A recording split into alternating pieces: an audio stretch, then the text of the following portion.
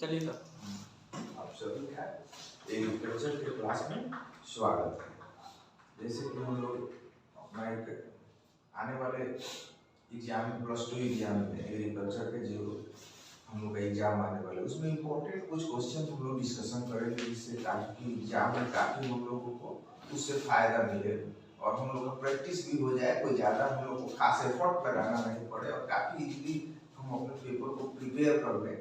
इस कड़ी में धान के बाद में आज हम लोग थोड़ा गेहूं के फसल पे चर्चा करेंगे और उसका डिस्कशन करेंगे। गेहूं का जैसे हम लोग सभी जानते हैं, गेहूं का फसल के बारे में ये इम्पोर्टेंट फसल है। गेहूं मोस्ट इम्पोर्टेंट फसल है बिहार के लिए। अगर हम जीवन की कल्पना गेहूं के बिना नहीं कर सकते हैं और इसी कड़ी में इसका कुछ परिचय, जैसे हम लोग सभी जानते हैं कि गेहूं के we all know about the wheat plant हमारे सब जगह मिलता है और गेहूं का जो उपयोग है व्यापक पैमाने पर रोटी के रूप में, ब्रेड इंडस्ट्री में होता है। और इनका कुछ चर्चा हम लोग, जैसे कुछ जो बातें हैं जो गेहूं के बारे में हम लोग को जानना है, तो वो हम लोग इस प्रकार से देखेंगे। गेहूं वेट और बोटनिकल नाम ट्रिटिकम एस्टिवम, ये हम लोग को ऑब्जेक्टिव के पर्पज से बहुत अच्छे से we must have to remember the botanical name. ये ना केवल हमारे एग्रीकल्चर के क्लासेस में बल्कि बोटनी के क्लासेस में भी बोटनी तो इम्पोर्टेंट है ही, बोटनिकल है तो इसमें कोई बड़ा बात नहीं है, लेकिन कॉम्पिटिटिव व्यू से भी आप लोगों को बोटनिकल नेम आना चाहिए। बोटनिकल नेम के बिना आप लोग बिना अस्त्र शस्त्र के हो जाइएगा। As a student of agriculture, student biology student, we must have to learn the botanical name and we must have to go the scientific way to represent ourself, represent the plant. तो इस तरह से हम लोग अगर करेंगे तो बड़ा सुंदर लगेगा। तो कुछ बातें बहुत ज्यादा हम लोग को नहीं जानना है, लेकिन कुछ इजी वे में हम लोग सीख सकते हैं जो कि हम लोग को काफी हेल्पफुल रहेगा एग्जाम के लिए। जैसे कि सबसे पहले गेहूं हो गया, तो हम बोटनिकल नेम के बारे में चर्चा कर लिए। ट्रिटिकम एस्टिवम आप लोग 2-3 बार अगर बोलिएगा तो ये रिमेम्बर हो जाएगा, काफी इजी है। ट्रिटिकम एस्टिवम, ट्रिटिकम एस्टिवम हो गया इसका बोटनिकल नेम। फैमिली ये आता है पोएसी फैमिली से। फैमिली हम लोग को पोएसी फैमिली से हो गया, सेट हो गया, बोलते रहे कैमरा के सामने। बिहार का देखिए, अब हम लोग को थोड़ा बिहार के संदर्भ में हर फसल के बारे में बिहार का क्या संदर्भ है, उसका क्या प्रोडक्टिविटी होता है, उसका उपयोग हमारे कल्चर में क्या होता है। जैसे अभी हम लोग छठ से निकले हुए हैं, तो छठ में जितना चीज आप लोग छठ के दौरा में देखे हुएगा तो वही बिहार है। हम लोग का जो नेचुरल प्रकृति से जो मिलता है, जीने का जो संसाधन, जैसे जैसे जैसे 11th के चैप्टर में या 11th के चैप्टर में हम लोग जितना चीज पढ़ाई किए हैं, तो हम लोग कैसे खेती को धीरे धीरे स्टेप बाय स्टेप यहाँ तक पहुंचे। और 12th में हम लोग को चर्चा करना है खाद्यान्न का, cereal crops, vegetable crops, different types of crop, फल फूल सब्जी क्या उपयोग है और कैसे हम उसको जानते हैं, उसका इकोनॉमिकल वैल्यू क्या है एग्रीकल्चर का, उसका किस प्रकार हम करेंगे कि उसका प्रोडक्शन ज्यादा हो। इन सब बातों पर 12 में हमको ज्यादा पढ़ना है और जानना है। उस कड़ी में अनाज के बारे में, हम गेहूं के बारे में हम चर्चा कर रहे हैं। तो हम जैसा सब हम जान रहे हैं, बोटनिकल नेम हम लोग ट्रिटिकम एस्टिवम, फैमिली, पोएसी, ये दो चीज ऑब्जेक्टिव पर्पस से काफी इंपॉर्टेंट है, ये दो चीज। उसके बाद हम लोग आते हैं बिहार में। गेहूं बिहार का महत्वपूर्ण फसल है, ये तो सभी जानते हैं। और वी नो, जैसे कि गेहूं का हम हर घर में जाएंगे तो अगर डब्बा है तो धान गेहूं निश्चित रूप से मिलेगा ही मिलेगा, उसके बिना हम लोग जीवन का कल्पना नहीं कर सकते। साथ में अगर प्रियोरिटी देखते हैं तो धान के बाद गेहूं का दूसरा स्थान आता है क्रॉप सीरियल में, यानी खाद्यान्न में। तो ये हम दूसरे स्थान पर, ये दूसरा, धान के बाद ये भी आता है। कौन पहला है? धान पहला है, धान फर्स्ट पोजीशन पर आता है और सेकेंड पर हमारा क्या आएगा? वेट आएगा, यानी कि गेहूं आ जाएगा। उसके बाद में हम इसका उपयोग पे चर्चा करते हैं। तो उपयोग क्या होना चाहिए इसका? बहुत सिंपल है। अगर रोटी आप जैसे ही आपके खाने में रोटी देखिए तो समझिए कि गेहूं है, जैसे ही बिस्कुट कहीं देखिए तो बिस्कुट है।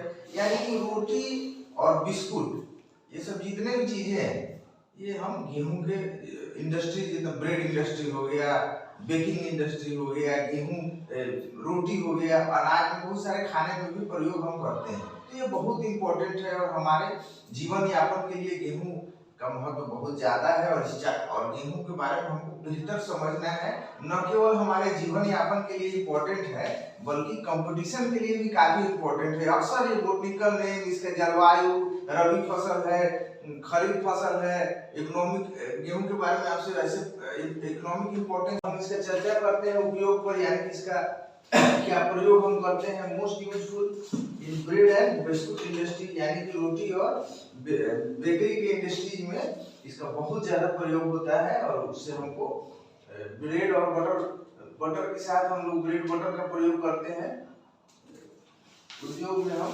अब इसका उत्पत्ति स्थल पर चर्चा करते हैं। तो उत्पत्ति स्थल इसका दक्षिण पश्चिम एशिया को माना जाता है। ईरान को भी प्रमुख उत्पत्ति स्थल के रूप में देखा जाता है। गेहूं का जो क्षेत्र होगा 21.54 हेक्टेयर का आता है बिहार। उत्पादकता होगा पर हेक्टेयर में 1657 केजी पर हेक्टेयर इसका प्रोडक्शन होता है। इधर से बताते बोला इधर से उत्पादकता 1657 केजी पर हेक्टेयर। ठीक, क्या करना है? बंद करो।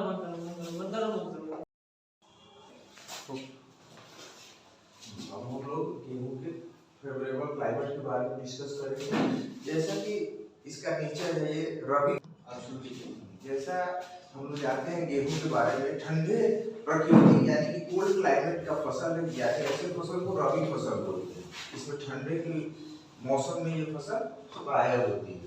तो इसके लिए हमको क्लाइमेट इस प्रकार का चाहिए, जैसे जलवायु में हम इसका उत्पादन करेंगे। तो ठंडी जलवायु में है, ये ठंडे मौसम का फसल है, यानी कि कोल्ड वेदर का फसल। अंकुरन 20 डिग्री से 25 डिग्री सेंटीग्रेड, यानी जब जर्मिनेशन जो होगा, जो सीड का जो जर्मिनेशन होता है 20 डिग्री से 25 डिग्री पर ये होगा। दाना के समय हमको चाहिए 14 डिग्री से 15 डिग्री तक। और प्रायः देखा जाता है पल्ला लगना। तो गेहूं के केस में अगर ठंड बहुत कम पड़ता है तो गेहूं का उत्पादन अच्छे से नहीं हो पाता है।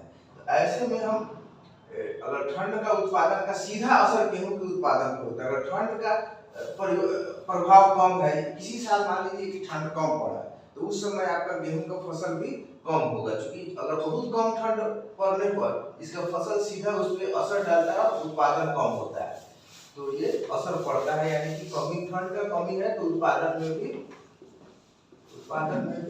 कमी दिखता है, यानी प्रोडक्शन पर इफेक्ट करता है।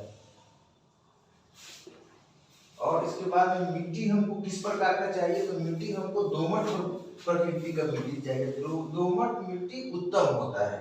गेहूं के फसल के लिए दोमट मिट्टी बहुत ही उपयुक्त होता है।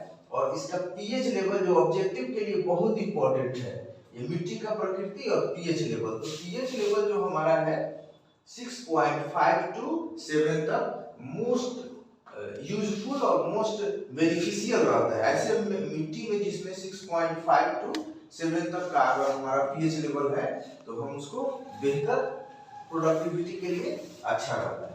उन्नत प्रभेद में हम आते हैं तो कुछ हमको याद रखना है 4-5। तो जिसमें से हमको सी 306 हो गया, पीबीडब्ल्यू 373, पीबीडब्ल्यू 443, एचईडब्ल्यू 2733, एचआई 1563।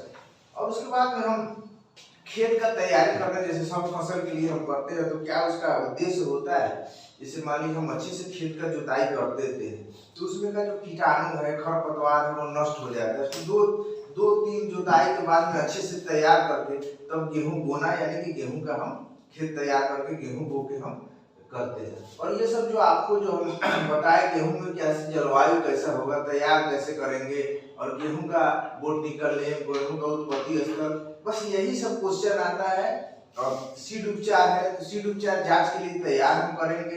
इतने सीड का जब हम तैयारी करते हैं तो चेक करते हैं कि सीड उन्नत मात्रा में अंकुरण देता है कि नहीं, जर्मिनेशन देता है कि नहीं, तो वो टेस्टिंग बोला जाता है, बीज का टेस्टिंग। तो उसमें निश्चित रूप से हम परसेंटेज देख लेंगे, अच्छे परसेंटेज के साथ ही हम जाएंगे। अगर कम अंकुरण दिखाता है तो वैसे बीज का प्रयोग हम नहीं करेंगे।